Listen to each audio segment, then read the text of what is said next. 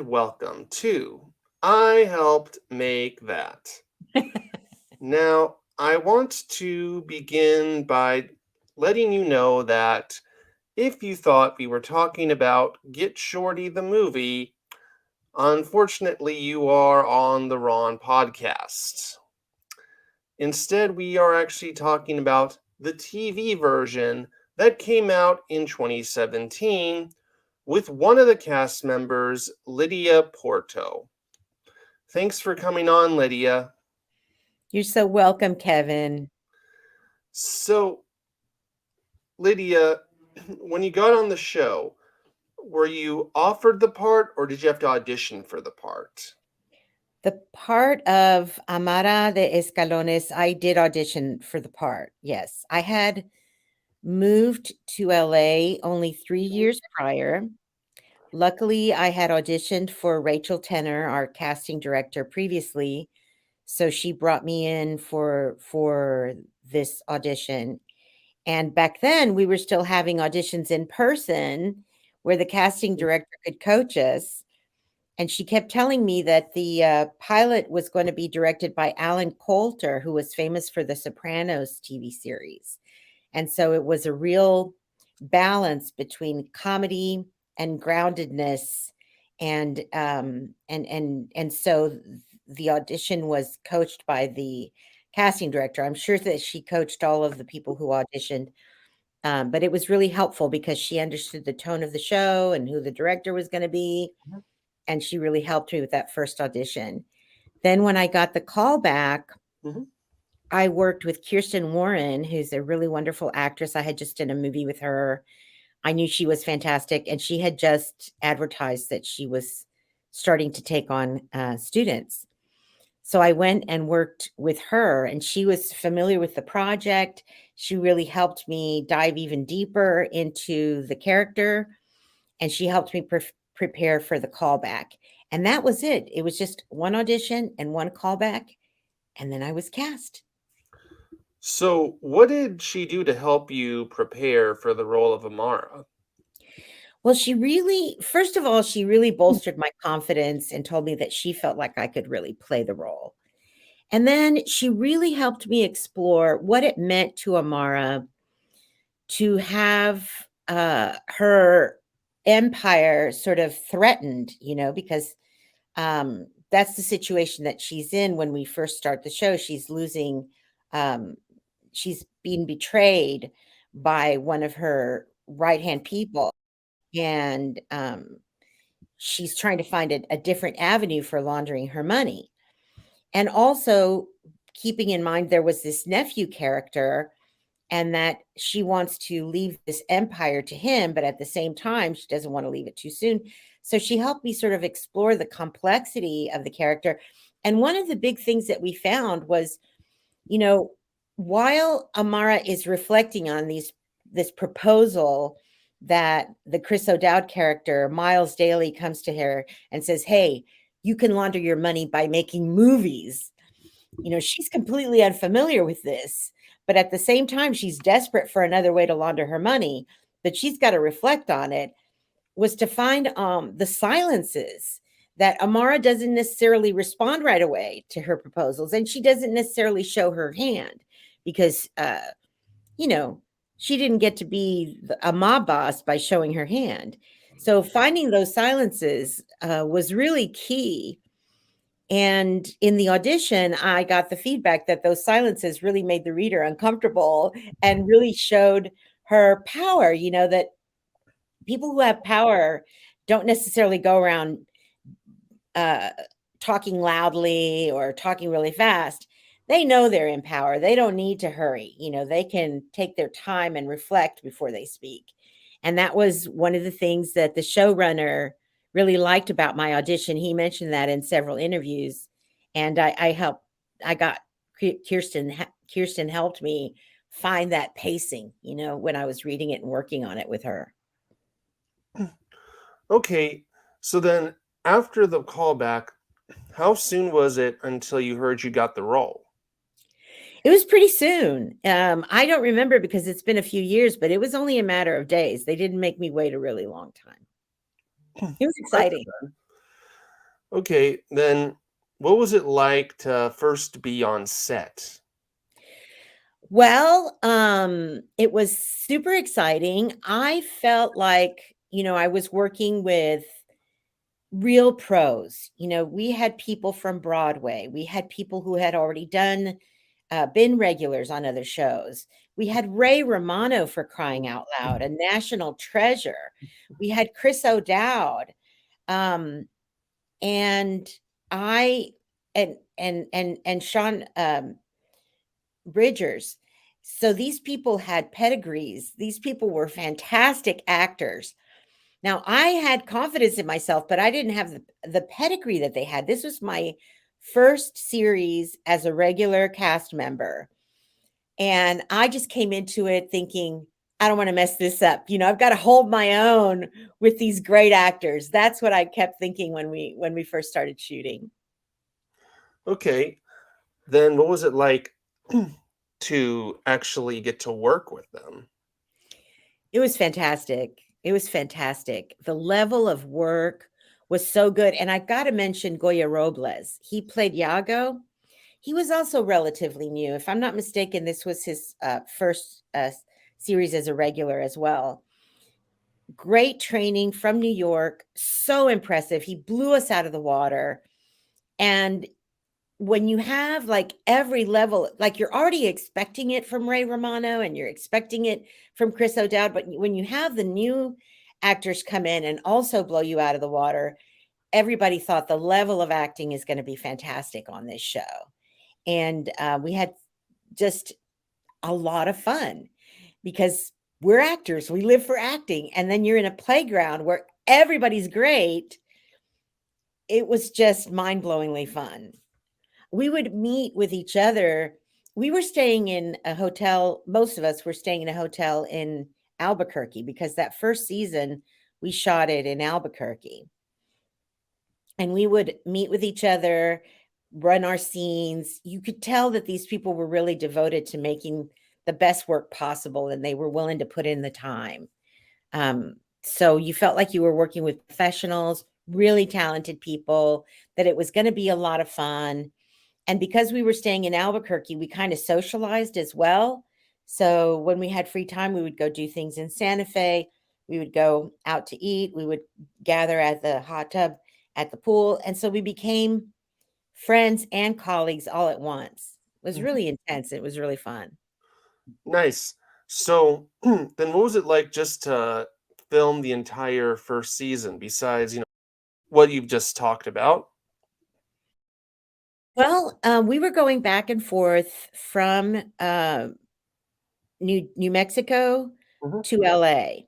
mhm, Um, the pilot was shot in the fall of 2016, and then, we shot the rest of the season in the spring of, 2017. So we shot the pilot, and then we had to kinda wait. That was the pilot that was directed by Alan Coulter, who had worked on The Sopranos, and that pilot episode, if you know television, that kinda sets the tone for the rest of the season.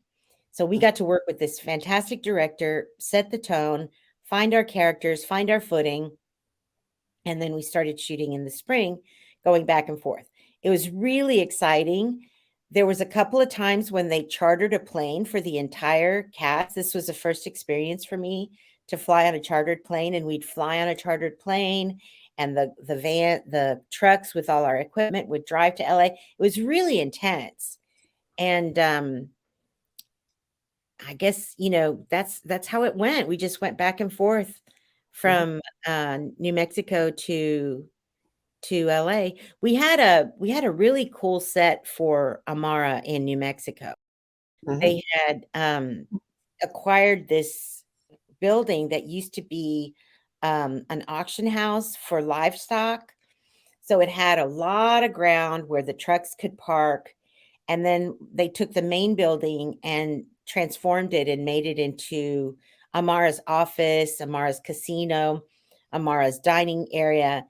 It's really fortunate when you get to work on a set like that. I mean, location really informs how you feel in a way, you know what I mean? mhm. And so that was something really special about the shooting that we did in New Mexico. If you've watched the show, which you should watch the show, it's still available on MGM Plus now. The first shot of the entire show is a big, long crane shot that starts in the back of the building, and it follows this waiter all the way through the building until he comes to Amara, and then it goes through the window, and there's all this stuff that happens in the parking lot. And all of that was possible because of that special location that we were able to acquire in New Mexico. And then here, there's a shot, of course, Miles gets involved with the film production. We shot on the Paramount lot, which is really historic and very exciting to work there. We worked in River Oaks. Amara has this scene where she does the backstroke across the swimming pool. That was shot here in LA. And it's a beautiful scene too. So those were some of the highlights of that first season in terms of the shooting locations. Now, did you find out whether or not they were greenlit for season 2 before or after season 1 had already premiered? Oh, it was after we had premiered. I can't remember if it was after we had ended or if it was during the time that we were airing. Mm-hmm. Like after, I can't remember if it was after all the episodes had aired, but I seem to remember that we got renewed while the episodes were airing. They could tell that it was doing really well. Mm-hmm. We were initially broadcast on Epix, which is a cable network. And my understanding is that Epix is now MGM Plus. Mm-hmm. So MGM was the company that was producing Get Shorty. At the time, Epix was composed of 3 different film companies, Epix, MGM, Paramount, and I can't remember what the third one was. But I believe it's my understanding that now MGM owns the whole thing, and so they've rebranded, and now it's MGM Plus. So if you want to find Get Shorty now, you have to look on MGM Plus. It's my understanding. But at the time, Epix, this was only their 3rd original show. And so they could really tell that it was doing well, and they gave us a second season pretty quickly after we started. Okay. Now, first things first, how exciting was it when the show premiered, knowing that it was like your first show as a series regular?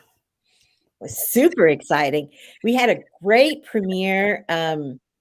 I can't remember the name of the building. It's in West Hollywood, and it's got all these block colors like blue and green. And I think it was Variety Magazine that held a public screening for us. And it was the whole cast. I have great photos from that day. There's one photo where the whole cast is together. The studio sent somebody to do my hair and to do my makeup, and that was a new experience for me to have people come to my house to get me ready, the glam squad that they talk about. And then there's this one picture that my son took on his phone, but it's just me standing on the red carpet, and all these photographers are taking my picture. And I was like, oh my God, that's such an amazing moment for me to live as an actor. That was the first time I had that experience, where all the photographers were interested in who I was and what I was doing on this show. So it was really exciting. Yeah. Now, as the first season was going on, I'm sure you tried to catch every episode as much as you could, but like, what was it like, to interact with other people as the first season was going on? It was incredible. People loved the show. If people knew me, my friends, my sister, Mhm. I would get calls after every episode. Oh my God, I can't believe what just happened. You did this and this happened and that happened. And it was funny because of course, yeah, I know I was there. I kind of know what happened. But they were so excited. They just couldn't stop themselves from calling me. And my sister started having watch parties for Get Shorty with her friends, where she would dress like Amara and like have people over, and she posted some of those photos.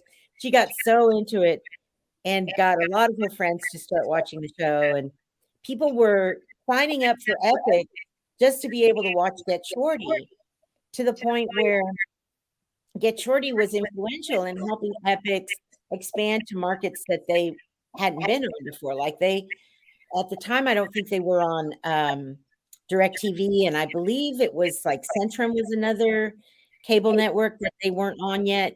And because of the popularity of Get Shorty, they were able to make some inroads with these additional cable networks. So we could tell that people were really watching the show. And I would also get messages through Facebook and, Twitter and Instagram from strangers telling me that they love the show. That still happens to this day because the show has now expanded and you can see it in a lot of different countries. And as the show was rolling out, I would start hearing from people in different countries. One Mhm. funny thing that happened, there was an executive in a cable network in Australia who was a big fan of Amara. And I was visiting a friend in New York, and I get a call from our marketing department telling me this person is a fan. Can you make a video for them? Luckily, my friend is very talented theater person, so she made me look like Amara, and we made this video for the guy in for the guy in Australia. A video from Amara. Right. So then let's now jump to season two. Before season two started production, did the writer and creators and producers let you know like the direction they wanted you to, well, they wanted to put Amara in and ask for your input? They always allowed us to have input. We would always have they kind of give us a general direction at the end of season 1. And then, after the read-throughs, we have, like, table reads, and at the time, this was before COVID, so we would always get together in person and have these table reads, and he would always allow time for us to have feedback, ask questions, um, and the actors would, if they had questions or if they had suggestions or if they had doubts or anything that they wanted to talk about, the showrunner always made himself available. I thought my role was so exquisitely written, and I really didn't ever. I mean, occasionally I would have feedback and I would speak up about something, but generally speaking, I felt like I was in really good hands. And they had as the season progressed, there was a writer named Laura Jackman, and my understanding is that she sort of became like the main writer that would write Amara's dialogue. So she became very. She created Amara. She co-created Amara with the showrunner, and became a person that I would dialogue with about Amara's lines and what was going on with Amara. Okay. And what was it like to come back for season two and, reunite with everyone? Well, of course, it was really exciting. We figured we had done something well. Ray Romano had just been on a series called Vinyl, which only lasted 1 season. So he was excited. He was like, "Yay, we're back. I made it, season 2." And we were shooting on the Paramount lot. And this was probably the most exciting thing to all of us. We got to stay at home. We didn't have to travel to New Mexico. We got to this is now things have progressed and there's more film production going on.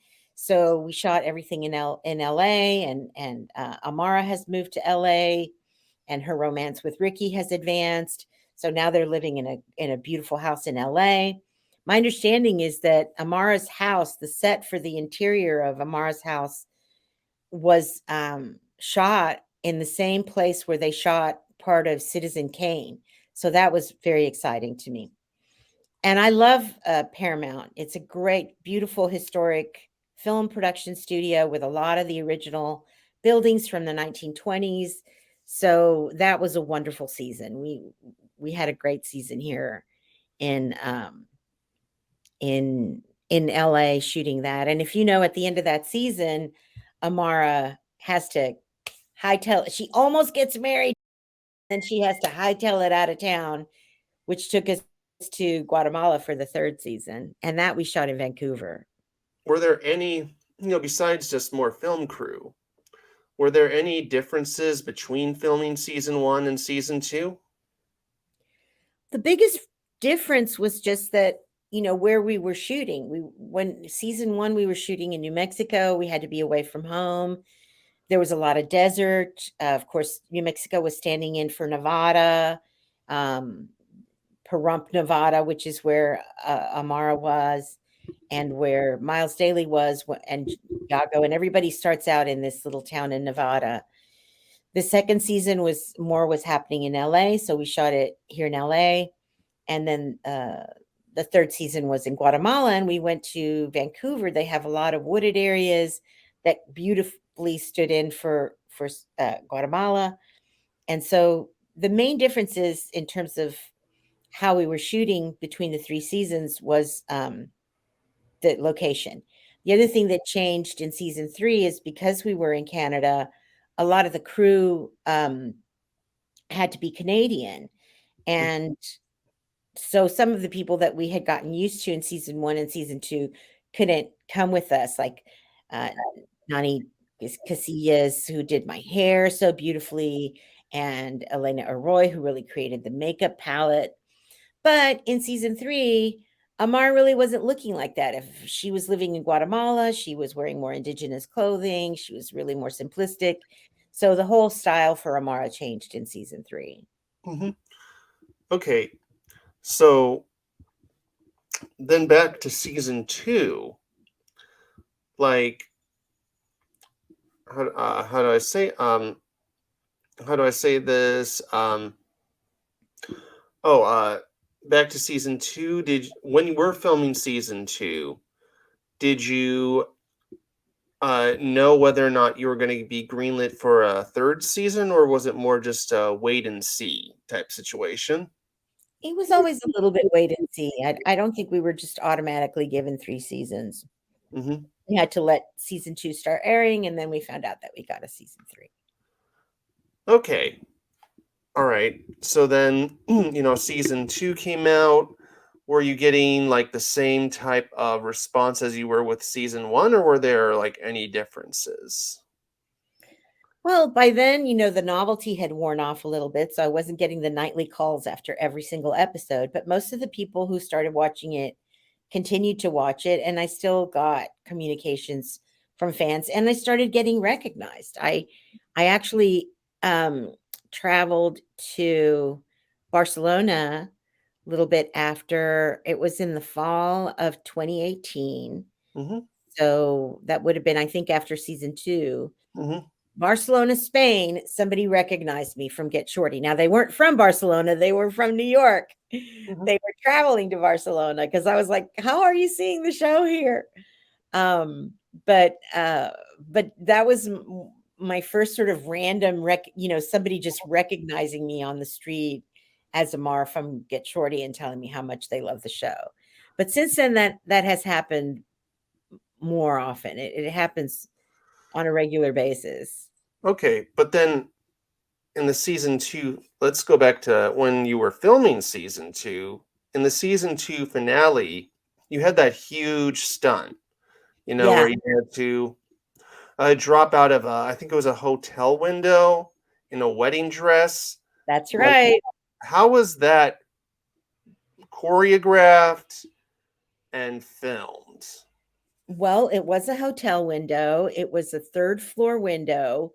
We did use a stunt double for that, Stacy Howell Brown. And Stacy actually had been my stunt double on Scary Movie 5 in 2012. So it was a reunion for us. She had been my stunt double before, and that was very exciting and fun for me. And also, I felt very much, um, like I knew it would look great because she really is a great stunt double, and especially for me, she has a great body type and look. Um, so there was I don't have the vocabulary very great, but there was like a um I want to say hanger, but it's not really a hanger, but she put it around her legs and inside the wedding dress, and um, she would be dropped from the third story window, and the camera would come up from below, so it felt like she was dropping towards you. And so the stunt was done in that way. And she actually did do the drop. Oh, a harness. That's what I was trying to think of. She had a harness, but they would drop her from the third story with the harness to make it look like I had jumped. Mm-hmm.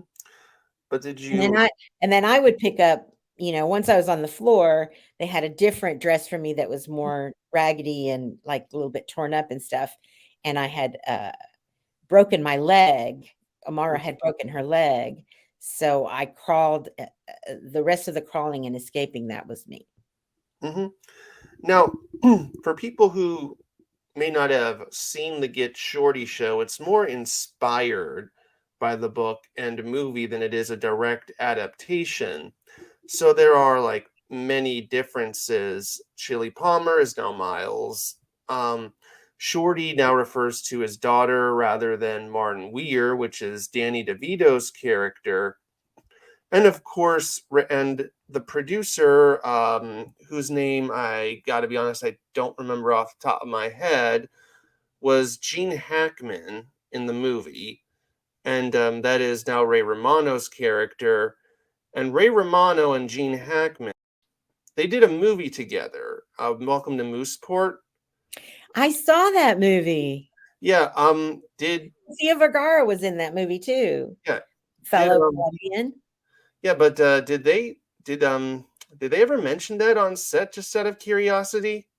That We were all aware of the changes that had been made, that it had basically the approach that the showrunner took was to take the basic premise Mhm, from the Elmore Leonard novel and say, what if it was happening now in 2017? What has changed? And that was how he came up with this adaptation. mhm, We were very aware, and I have a copy of the book. I haven't finished the whole thing, but I did read most of the novel. And I will confess, I have actually not seen the original movie yet. And I know that it's a great movie. I just keep putting it off, and I haven't watched it yet, but I intend to. But mhm, I was told that our show was very, very different. So mhm, in my mind, I didn't want to be influenced by the original movie in a way. You know what I mean? mhm, Um, but but I did read the book, mhm. and then um we just kind of did our own thing. Okay, so in general, there weren't many discussions on set about comparing the TV show to either the movie or the book. Not a whole lot, but George R. R. Martin did tweet about us, and he thought that the TV show was a great adaptation Mhm, of the novel. It wasn't literal, but he mhm, thought it captured the spirit of the novel really well.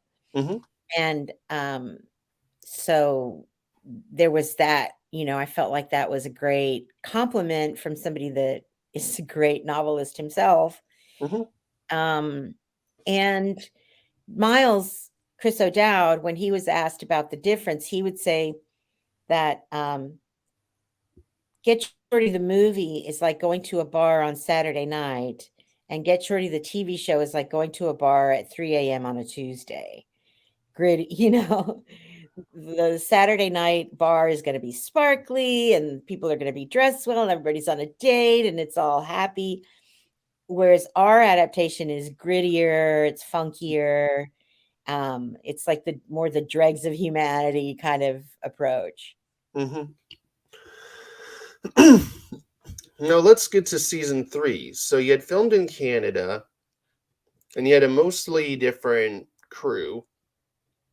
What other differences were there between filming in season 3 than filming seasons 1 and 2? I felt completely stripped of a lot of the things that had helped me get into character in season 1 and 2. So much of Amara's look Mhm, um, was, the makeup and the hair and the false eyelashes and the long nails and putting on the jewelry. And I had, when I put on all of those things and the wardrobe and everything, that really helped me get into character. Here we come season 3, and she's got none of that. And there was a moment where I was like, where is Amara now? But of course, we found her, and uh, she was going through something completely different in season 2. She had been really relegated to the rock bottom. She hit rock bottom, Mm-hmm. and then she had to claw her way back up. And there's a large segment of season 3 where you don't even know if she's alive or not. And then she's coming back and coming back. And the other huge thing that happens in season 3 is that she does realize that Ricky has been informing the FBI on her. This is something that she never believed, never even wanted to entertain that thought, which, shoo away anybody who even intimated that that was possible. Spent most of season 2 completely in denial. And then in season 3, she does find out, and we have that wonderful 6-minute stunt scene of the fight between Ricky and Amara when she's found out that through his screenplay that he wrote that he's been talking to the FBI. That's not the only great stunt scene. We also have the stunt scene of Ricky's fantasy of her fighting off, shooting off the soldiers. And I had to get some arms and weapons training to work with uh, the machine gun that was shooting blanks. So that was kind of fun. I actually worked with a guy that was a trainer for the LAPD and went to a shooting range because I wanted to be completely responsible about gun safety. And even though, of course, we had a weapons armor, and of course, every kind of protocol was followed on set, I felt like I needed to be as well prepared as possible as an actor, that if somebody showed me a gun and said, this thing is empty, I could actually look at it and know. And so I went and got several hours of training before those scenes. So those were sort of like the big highlights for me in season 3. Now, how was it like to shoot those stunt scenes? Like, how much was you and how much was a stunt double? Like, Most of it was me. oh, Most of it was me. They had stunt doubles ready, mm-hmm, and they had stunt doubles prepared. mm-hmm, But for example, the hand-to-hand combat scene between me and Ricky, that was all me. mm-hmm, And even the shooting, that was me. mm-hmm, Um, and there was even one where I was like running away, and they had the stunt double shoot it, and they had me shoot it, and I think that they ended up using me. mm-hmm. So I ended up doing a lot of those stunts myself. What about Ray Romano? Did he do those stunts Yeah, himself, or did really? yeah, we did the fighting ourselves. It was highly choreographed. We rehearsed. First, the choreographer worked with one of us, and then with the other, and then with both of us. I mean, we really worked on that scene for several days Mhm. to make sure that we would be safe and all of that. But we did that. Wow, I'm surprised. Ray doesn't really seem like the kind of guy who would do stunts. So, well, kudos to him. But He's great. yeah, yeah. So, yeah, I'm sure he is. I'm just saying he's not. He doesn't come off as like an action guy. That's all I meant by that. But then, all right. So season 3 premiered, and when season 3 premiered, like, were you thinking that you'd probably get a season 4, or was it still like up in the air? I was thinking that we'd probably get a season 4. Yeah, and not to spoil anything, but it did end on a cliffhanger.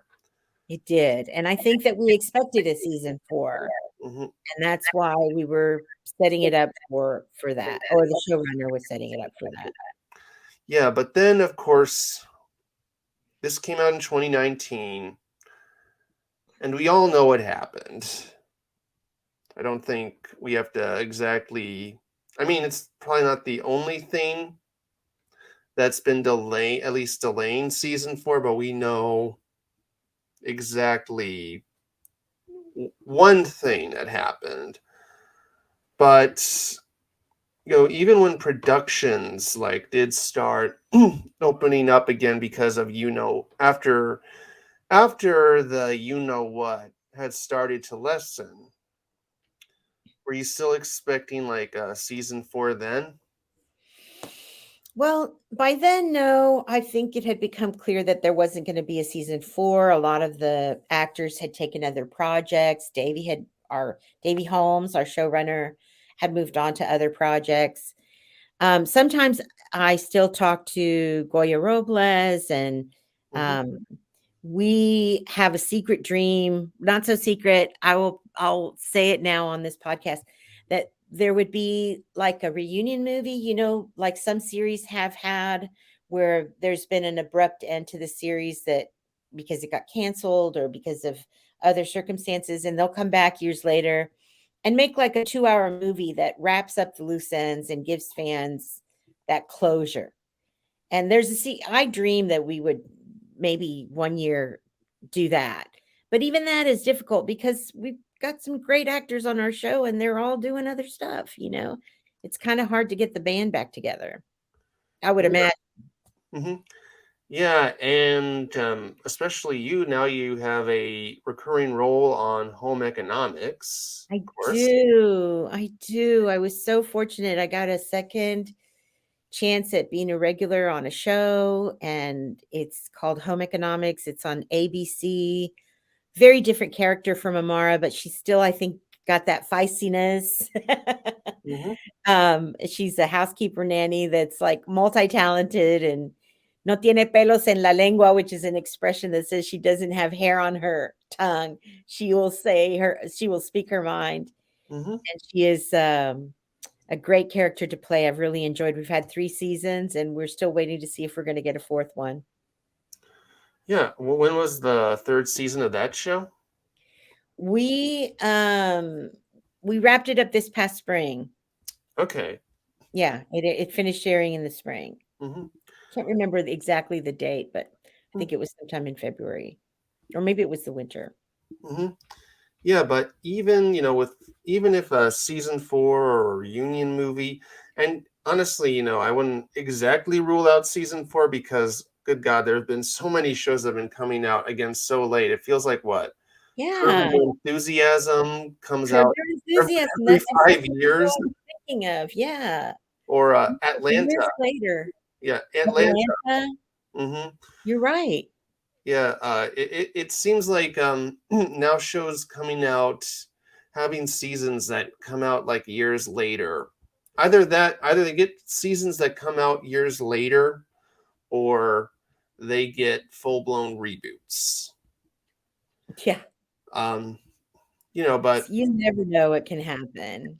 hmm yeah, but even if a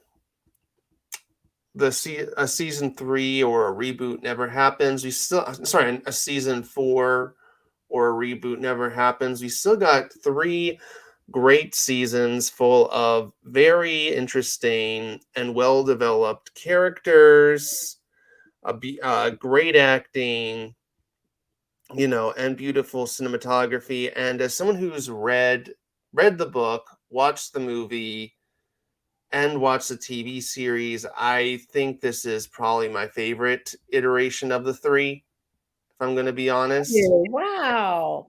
Thank Yeah, you. That's really great to hear. yeah. That's a compliment. I appreciate that.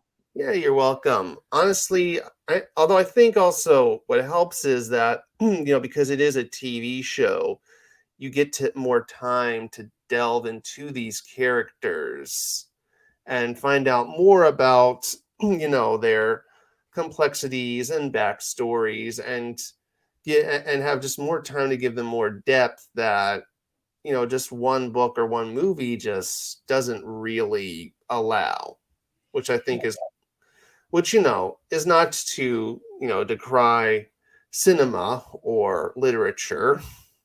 No, we're not making generalizations here. Yeah. But it is a fun way to explore this story, to be able to go into so much depth. Mm-hmm. Yeah. So so honestly, yeah, I think it is probably the best of the Get Shorties in the world. Mm. I You're certainly welcome. appreciated the opportunity to play a character like Amara. I get a lot of feedback from women that they find her empowering and exciting, and they really enjoyed the romance between Amara and Ricky. You know, two mature people having very passionate romance. There's Mhm. just a lot of ways in which the show was different Mhm. and unique, and I was really proud to be a part of that. Yeah, you're welcome. Now, besides, home economics, do you have any other notable projects coming out? Well, as you know, we're in a writer's strike, Yeah. so um, I did work on Lopez versus Lopez Mhm. recently. I just did one episode, but it was really a lot of fun. Mhm. And I worked with, um, I I think it's Camila Carmen Mhm. Calbell. I can't remember her last name, unfortunately. I should have it memorized. But Carmen worked on home economics with us. The first year she was on the staff writer, or she was like a writing assistant. The second year she was an assistant to the showrunners, and then she got her first staff writing position on Lopez versus Lopez, which is George Lopez's new sitcom on NBC. This was her first credited episode, and I got to be in it. And so it was a great reunion because we had worked together on home economics. And the episode is truly hilarious. And I got to work with George Lopez, his daughter Mayan, Al Madrigal, who, if anybody remembers, used to be on The Daily Show, and he's really funny. Mhm. Bryce Gonzalez, who's the kid on the show. It was a great episode about them throwing a quinceañera for the dog. It's episode 17. So I did have a lot of fun doing that. And then I spent some time in New York working on a show that's being developed. We did the workshop Mhm. while I was there in May, and the performances are supposed to be next year in February and March if everything goes well. Mhm. I'm still auditioning a lot, thank goodness. I just booked a commercial. I'm going to be working for in a commercial for Geico, Mhm. and Yeah, I um, remember. I saw you in like some sort of Christmas commercial, and I was like, yes, "You?" yes, the visible commercial. Yeah. So of course I'm very excited and thankful to have booked this commercial because we are, of course, supporting the writers and getting the deal that they want, and in getting the the changes that they want to their contract. But it looks like it's going to take a while, Mhm. and we may be looking at uh, no new shows, for a few months here. So I'm very grateful to have booked the commercial. Yeah, yeah, and I know the last writer's strike was like 4 months. So, Hmm. I mean, hopefully it doesn't go that long. I think oh god, I think the longest writer's strike, because people, these writer's strikes, they happen like every like 15 years, I think. Or like I know there's been like more than 2 at Oh least. yeah, I saw a list of, if you go back to the 80s, they were a little bit more frequent. Mhm. Uh, but I don't think there's been one since the one in 2007, if I'm not Mm. mistaken. I'm not sure. I don't think so either, but I think the longest writer's strike was 156 days. That's like what, 4 months and something? Yeah. That might have been the 2007 no, or what, the 2008 writer's strike. I don't know. But it looks like it's gonna be a little while. I marched with them. I went and Mhm. with the home economics writers yesterday. Was Mhm. it yesterday? Yeah, yesterday was Tuesday, right? Mhm.